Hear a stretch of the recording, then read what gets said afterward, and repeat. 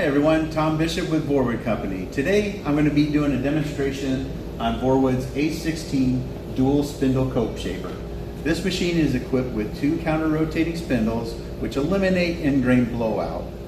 This machine has our quick change spindle option, or you can opt for HSK spindles. Either one of those options are going to allow you to change tools in about 30 seconds. The machine can do any length part, and if you're doing molded parts, 2 parts back to back processes about 8 parts in a minute. If you're doing S4S parts, 4 parts back to back, you're going to be getting about 16 parts in a minute. I'm going to be demonstrating both of these techniques here shortly. If you're interested in a machine to stick the parts afterwards, feel free to get a hold of us about our A15 style and rail shaper. Without further ado, let's move forward with the demonstration of the A16.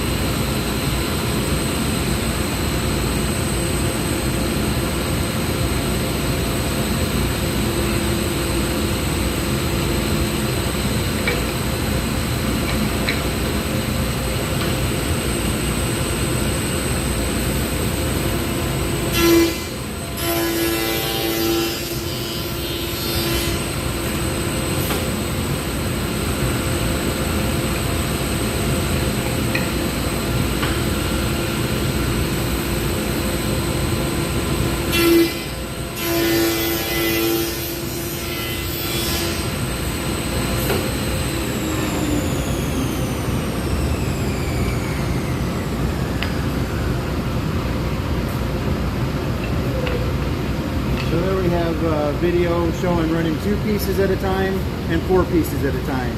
You can run 4 pieces at a time of S4S, 2 1/4 with rails.